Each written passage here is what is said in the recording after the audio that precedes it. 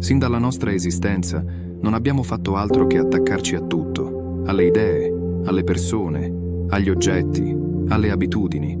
Tutto questo perché è la nostra mente che fa da collante, attaccandosi ad ogni cosa nuova e che reputa buona, che si tratti di una relazione, di un bene posseduto, di una posizione sociale, di un luogo o del corpo fisico. Si attacca a questa condizione identificandosi in essa, facendola diventare parte integrante dell'immagine che abbiamo di noi stessi. Quando una cosa ti rende felice e ti fa star bene con te stesso, probabilmente diventerà una parte di ciò che pensi di essere. Ma niente perdura in questa dimensione, tutto scorre e tutto cambia. Attaccarsi a qualcosa è come credere di possedere un pezzo di acqua che scorre nel fiume.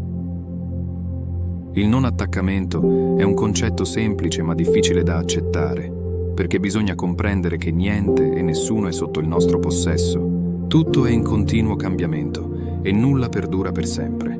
Nella nostra società, con tutti gli schemi mentali che ci portiamo dietro, ci fanno credere che tutto quello che accade nella nostra vita sia destinato a durare per sempre. Questa è l'illusione. Questa è la causa della gran parte delle nostre sofferenze.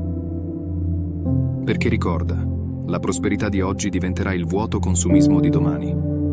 Quando una situazione o una condizione verso cui la mente prova attaccamento cambia o scompare, essa non riesce ad accettarlo, si aggrapperà alla condizione che svanisce e opporrà resistenza al cambiamento, come se un arto venisse strappato dal corpo.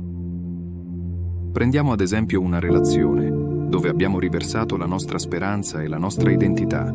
Quando il suo ciclo sta giungendo al termine, facciamo fatica ad accettarne la fine, perché siamo talmente presi dall'identificazione con la relazione e con le sensazioni di gioia che essa aveva creato, che non accettiamo la sua fine, opponendoci all'impermanenza e alla perdita di una parte di noi. Perché più siamo attaccati ad una cosa, più facciamo fatica ad accettarne il dissolvimento. Più si oppone resistenza al cambiamento, maggiore sarà il dolore. Più siamo schiavi del mondo esterno, attaccandoci alla realizzazione delle aspettative che noi stessi creiamo, maggiore sarà la sofferenza. Questo è il motivo per il quale niente e nessuno al di fuori di noi deve essere la fonte della nostra felicità e serenità, ma deve essere solo un di più. Siamo la nostra unica certezza in mezzo a questo continuo cambiamento. Ecco perché bisogna accettare l'impermanenza e coltivare il non attaccamento. Servono a far scorrere il fiume della vita senza esserne travolti. Meglio lasciarsi andare ed essere trasportati dalla corrente. Accettare il processo ciclico delle cose è di fondamentale importanza. Significa essere consapevoli che a livello della forma c'è nascita e morte, creazione e distruzione, crescita e dissolvimento. Questo si riflette ovunque, nel ciclo di vita di una stella, di un pianeta, di un corpo fisico, in un albero e nei cicli inevitabili di guadagno e di perdita nella vita dell'individuo. Anche la nostra energia fisica è soggetta a questo. Ha momenti di bassa energia e momenti carichi di energia, ma anche momenti dove sembrerà tutto immobile. La compulsione generale a fare, ad ottenere, e la tendenza a trarre l'autostima e il senso di identità da fattori esterni, come il successo o la continua ricerca di una relazione, non sono che illusioni che continuano finché ti identifichi con la mente. Perciò diventerà difficile o impossibile accettare i cicli bassi e permettere a loro di esistere. Questa natura ciclica è strettamente correlata all'impermanenza di tutte le cose e situazioni come un rapporto, una persona cara o un progetto prefissato. Se cambieranno, scompariranno o non ti soddisferanno più, e siamo attaccati ed identificati in esse, saremo destinati a soffrire. Quindi, invece di attaccarci a tutto questo, è di fondamentale importanza impiegare le nostre forze ad accettare la vita come tale. Godiamoci il presente, ma non rimaniamo delusi quando questo si trasformerà in passato. La vita si svolge e si manifesta nel presente e bisogna accettare qualunque cosa avvenga nel qui e ora.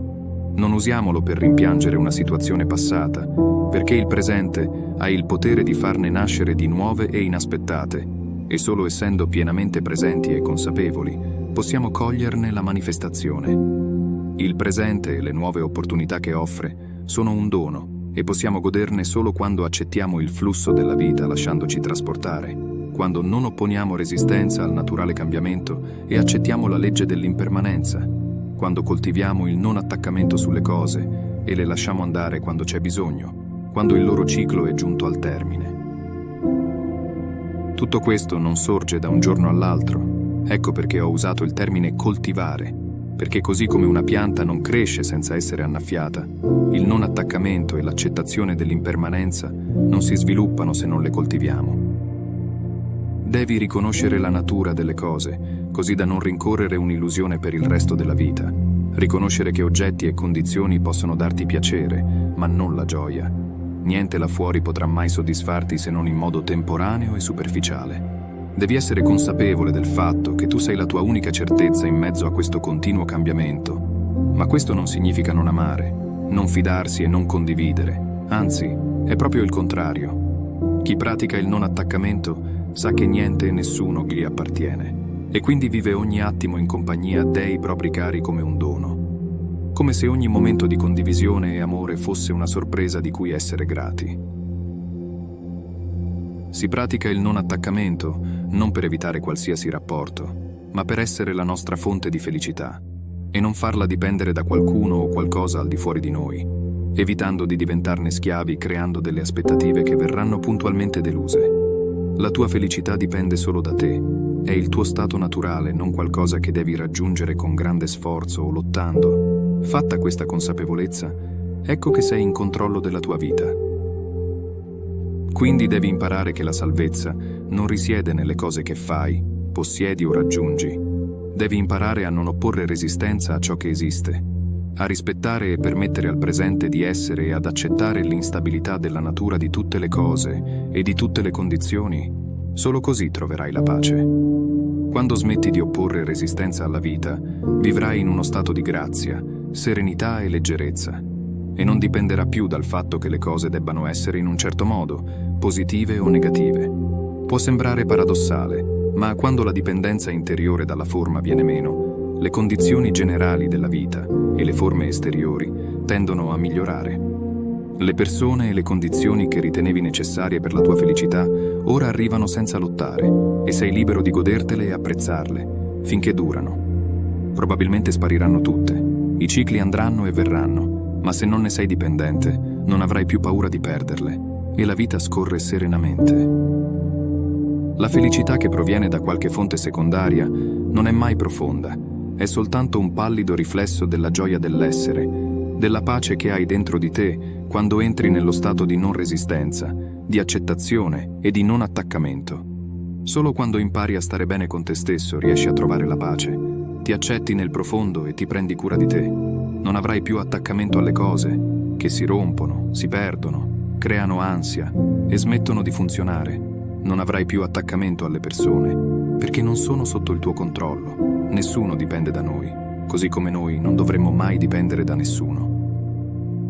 Ricorda, la tua natura e il tuo essere ti portano al di là dei poli opposti della mente e ti liberano dalla dipendenza della forma.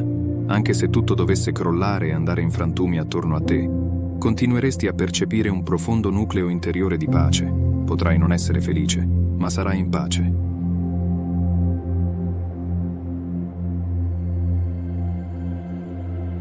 Grazie per l'attenzione. Ci vediamo al prossimo video. Buona rinascita.